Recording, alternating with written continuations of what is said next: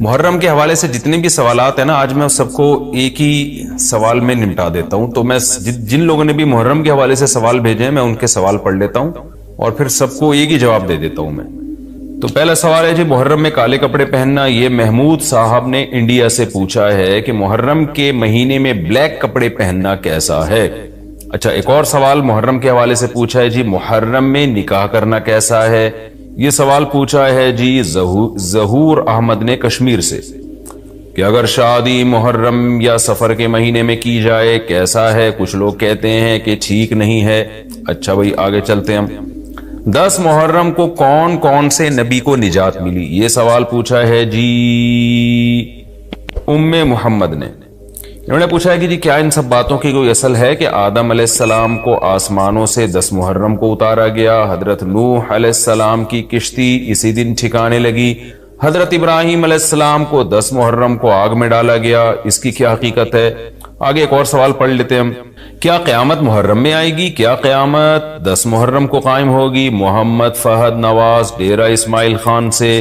اچھا جی آگے پوچھتے ہیں جی عاشورہ کے روزے کی فضیلت. یوم عاشورہ کے روزے کا کیا حکم ہے؟ محمد اقبال جموں کشمیر سے.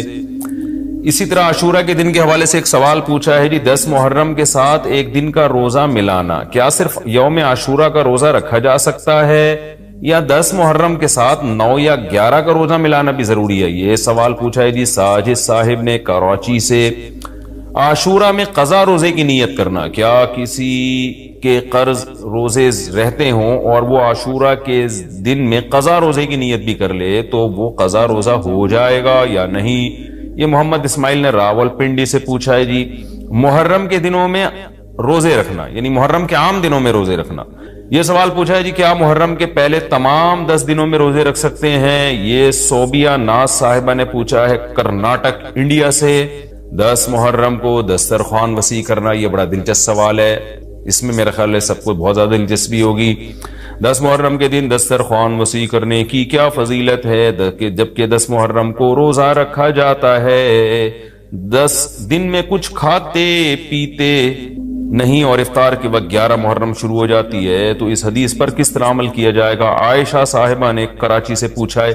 اور ایک اور سوال ہے جی محرم میں حلیم بنانا کیسا ہے؟ کیا محرم میں شوقیہ حلیم بنانا اور کھانا جائز ہے؟ محمد زبیر.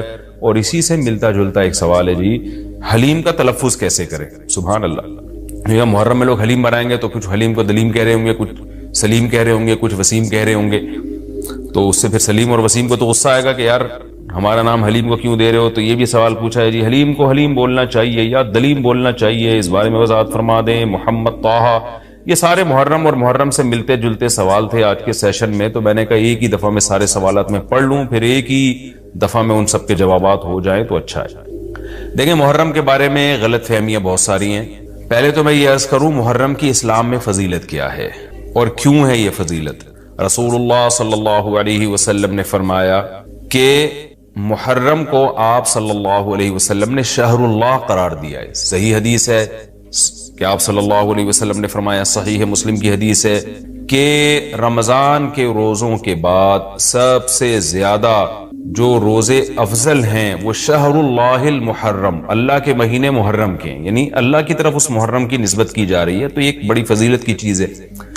اور قرآن میں جن 4 مہینوں کو محترم قرار دیا ہے، عرب ان مہینوں میں جنگ و جدال کو حرام سمجھا کرتے تھے کہ یار یہ ناجائز ہے، اس میں جنگ نہیں کرنی چاہیے، ان مہینوں کا احترام لازم ہے. ان میں 4 مہینوں میں محرم بھی ہے. محرم، رجب، ذی الحجہ، ذی قعدہ، ذی الحجہ، یہ 4 مہینے ہیں جو محترم ہے، لیکن ان میں پھر رجب بھی داخل ہے اور ذی قعدہ بھی اور ذی الحجہ بھی، تو یہ بھی ہے. اور 10 محرم کے روزے کی بڑی فضیلت ہے. آپ صلی اللہ علیہ وسلم نے فرمایا 1 سال کے گناہوں کی معافی کا ذریعہ بنتا ہے. لیکن آپ نے فرمایا کہ یہودیوں کی مشابہت نہ کرو، کیونکہ یہودی 1 روزہ رکھتے ہیں تو ہم 9، 10 یا 10، 11 2 روزے ملائیں گے. تو یہ محرم کی فضیلت ہے. اور یہ کیوں ہے اس کی ہمیں وجہ معلوم نہیں ہے. جیسے کسی نے ابھی بھائی نے سوال پوچھا نا ایک کہ اس میں کوئی واقعات ہوئے تھے، تو پہلے میں بتا دوں 10 محرم میں جب نبی صلی اللہ علیہ وسلم نے محرم کے مہینے کی یہ فضیلت بیان کی تو اس کو کسی واقعے کی بیس پہ بیان نہیں کی ہے. اس بارے میں جتنے واقعات ہمارے پاس منقول ہیں کہ آدم علیہ السلام جنت سے زمین پہ آئے تھے، یا قیامت آئے گی اس دن، یا یہ کہ اور پتہ نہیں کیا کیا ابراہیم علیہ السلام کو آگ میں ڈالا گیا، یہ سب من گھڑت ہیں، اس کی کوئی حقیقت نہیں ہے، موضوع روایتیں۔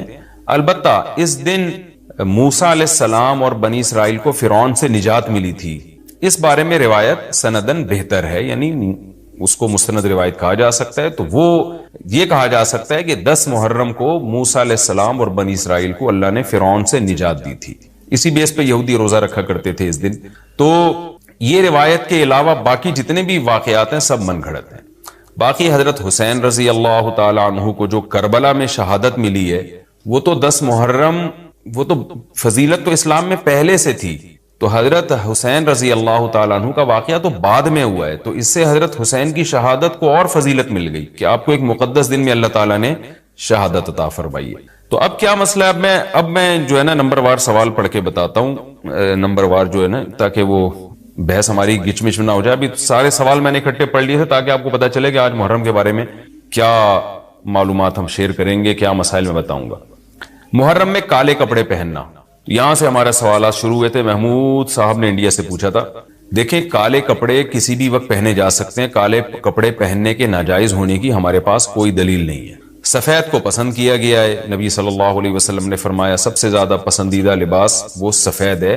کفنوا فیہا موتاکم، اپنے مردوں کو بھی اسی میں دفن کیا کرو، اس لیے سفید لباس کو آپ صلی اللہ علیہ وسلم نے افضل قرار دیا، اس میں پاکیزگی زیادہ ہے۔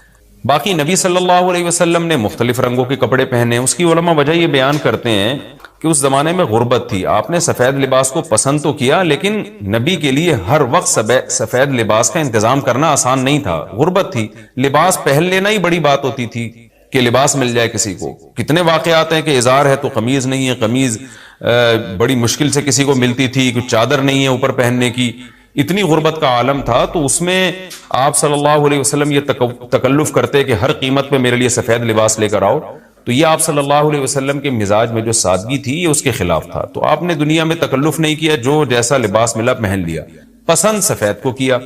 لہذا آج کیا ہے کہ آج اللہ نے لوگوں کو مالی وسعتیں دی ہیں، تو جو لوگ سفید لباس کا معمول بنا سکتے ہیں ان کے لیے افضل یہی ہے کہ وہ سفید لباس پہنا کریں، کیونکہ نبی صلی اللہ علیہ وسلم نے ہمیں اس کی ترغیب دی ہے۔ خود کیوں نہیں پہنا، اس میں تکلف تھا، یعنی پراپر انتظام کرنا مشکل تھا، تو جو آیا پہن لیا آپ صلی اللہ علیہ وسلم نے، کیونکہ ایک چیز مشکل ہے اس میں اتنا تکلف کرنا، یہ خود بھی تو نبی کے مزاج کے خلاف ہے۔ تو اس لیے ہم کہتے ہیں کہ بھئی جو ملے پہن لو، لیکن اگر لوگ آج کل تو لباسوں میں تکلف ایسے ہی بہت ہو رہا ہے، تو آپ نے جب سلوانے ہی ہیں، خریدنے ہی ہیں، تو سفید کو ترجیح دیں آپ، اس میں پاکیزگی زیادہ ہے، اس میں طہارت زیادہ ہے۔ آپ سفید لباس کے عادی ہو گئے، آپ سے کلر والا لباس پہنا نہیں جائے گا۔ میں نے تو 15-20 سال میں نے سفید لباس پہنا ہے، تو مجھے پتا ہے کہ پھر کلر والا لباس نہیں پہنا جاتا، سفید میں پاکیزگی اتنی ہے۔ اب میں پہنتا ہوں کلر والا لباس، وہ وجہ اس کی ہے کہ بعض دفعہ گھر والوں کا اصرار ہوتا ہے، بعض دفعہ کیمرے کی ریکوائرمنٹ ہوتی ہے، وہ کیمرہ سفید لباس کو کیچ نہیں کر پا رہا ہوتا، وہ کیمرہ مین کہہ رہا ہوتا ہے بھائی کوئی اور کلر، کوئی اور کپڑے پہن کے وغیرہ وغیرہ۔ تو خیر میرا عمل تو کوئی حجت نہیں ہے، لیکن افضل یہی ہے کہ سفید لباس کو ترجیح دی جائے، پہنا جائے۔ اور علماء صلحاء اکثر عموماً ہم نے دیکھا ہے کہ سفید لباسی کو ترجیح دیتے ہیں، کلر والا بھی جائز ہے لیکن بہتر یہ۔ تو محرم میں بھی سفید ہی ہے، سفر میں بھی سفید ہی ہے، ربیع الاول میں بھی سفید ہے، تو محرم میں سفید کے بالکل الٹ کر لینا، کالا پہن لینا، یہ تو بالکل سفید کے اپوزٹ ہو گیا نا۔ تو ہم یہ نہیں کہہ رہے کہ کالا لباس پہننا ناجائز ہے، لیکن آپ سفید سے اگر آپ نے یوٹرن لیا بھی تھا تو گرے پہ آ جاتے، گرین پہ آ جاتے، ایک دم آپ بلیک پہ آ گئے، تو بہرحال یہ یعنی کراہت سے خالی نہیں ہے، اس کا معمول بنا لینا۔ تو ناجائز میں نہیں کہہ رہا، تھوڑا سا ناپسندیدہ ہے کہ آپ سنت پر عمل نہیں کر رہے تو سنت کے بالکل اگینسٹ تو نہ جائیں نا آپ، یعنی بالکل ہی کالا پہن لیں تو بالکل اس کے اپوزٹ ہے۔ جائز ہے کالا پہننا بھی، لیکن بہتر بہرحال نہیں ہے۔ اور محرم میں کالا پہننا تو ہماری رائے میں بالکل ناجائز ہے، کیونکہ یہ شیعہ حضرات کی اپنی ایک رائے ہے، ان کی اپنی ایک دلیل ہے، ان کا اپنا ایک کانسیپٹ ہے، وہ یہ ہے کہ محرم میں حضرت حسین شہید ہوئے تھے تو ایک بڑے غم کی بات تھی، تو ہم غم منانے کے لیے کالا کپڑا پہنتے ہیں۔ تو ان کا مسلک ہے، وہ جیسے مسلک پہ اپنے عمل کرنا چاہیں وہ اللہ کے سامنے جواب دہ ہوں گے۔ ہم کسی کے مسلک پہ طنز نہیں کر رہے، ہم کوئی فرقواریت اور تشدد کی بات کرنا مناسب نہیں ہے، ملکی حالات اس کے متحمل نہیں ہیں۔ لیکن میں اہل سنت والجماعت حضرات سے کہتا ہوں کہ آپ یہ فیصلہ کریں بھائی، آپ یا تو پورے شیعہ ہو جائیں یا پورے سنی ہو جائیں۔ تو اگر آپ اہل سنت والجماعت کو فالو کرتے ہیں، اور اہل سنت والجماعت کے ہاں جو قرآن اور حدیث اور صحابہ یہ حجت ہے، تو ہمیں تو قرآن و حدیث میں کہیں بھی نہیں ملتا کہ غم میں تم کالے کپڑے پہنو یا غموں کو مناؤ۔ قرآن میں کیا ہے؟ الذین اذا اصابتہم مصیبۃ قالوا انا للہ وانا الیہ راجعون. اہل ایمان کو جب کوئی مصیبت پہنچتی ہے تو وہ کہتے ہیں ہم اللہ ہی کے لیے ہیں اور ہم نے اللہ ہی کی طرف لوٹ کر جانا ہے. وہ صبر کرتے ہیں. حضرت حسین رضی اللہ تعالی عنہ کی شہادت یہ بہت بڑا غم ہے، بہت بڑا غم ہے، لیکن اس غم کو ہر سال منانا، اس کے لیے شرعی دلیل کی ضرورت ہے. اہل بیت کی تعلیمات کو فالو کیا جائے گا. آپ کسی کی محبت میں اس کی تعلیمات کو نہیں توڑ سکتے. اہل بیت کی بھی یہی تعلیمات ہیں کہ صبر سے کام لینا چاہیے ہمیں. اور غم منانا بھی اگر کسی کا ہونا، جیسے آپ کے والد کا انتقال ہو گیا، تو اس میں بھی شریعت آپ کو اجازت نہیں دیتی کہ آپ کالے کپڑے پہنے غم منانے کے لیے، بلکہ اس میں بھی شریعت کیا کہتی ہے کہ غم پہ صبر کریں. جو آنسو آپ روک سکتے ہیں اس کو بہائیں نہیں، اور صبر کریں. غیر یعنی اختیاری طور پر جو آپ کو رونا آ رہا ہے وہ معاف ہے. تو جب غم پہنچا ہو اس وقت شریعت آپ کو غم کے طور پہ کالے کپڑے پہننے کی اجازت نہیں دے رہی. تو جب غم 1400 سال پرانا ہو اور ہر سال اس تاریخ پہ آپ کو منانے کی شریعت کیسے اجازت دے رہی ہے؟ یہ تو ایک طرح کی برسی ہو گئی نا. نبی صلی اللہ علیہ وسلم کے وفات سے بڑا غم کو اس امت کو ہوگا. ربیع الاول میں آپ صلی اللہ علیہ وسلم کی وفات ہوئی، لیکن ربیع الاول ہر سال آتا تھا. صحابہ، تابعین، تبع تابعین، خود اہل بیت کیا اس ربیع الاول میں کوئی غم مناتے تھے؟ بالکل بھی نہیں. اس مہینے میں شادیاں بھی کرتے تھے، جو خوشی کی بات ہوتی تھی اس پہ خوشی بھی مناتے تھے.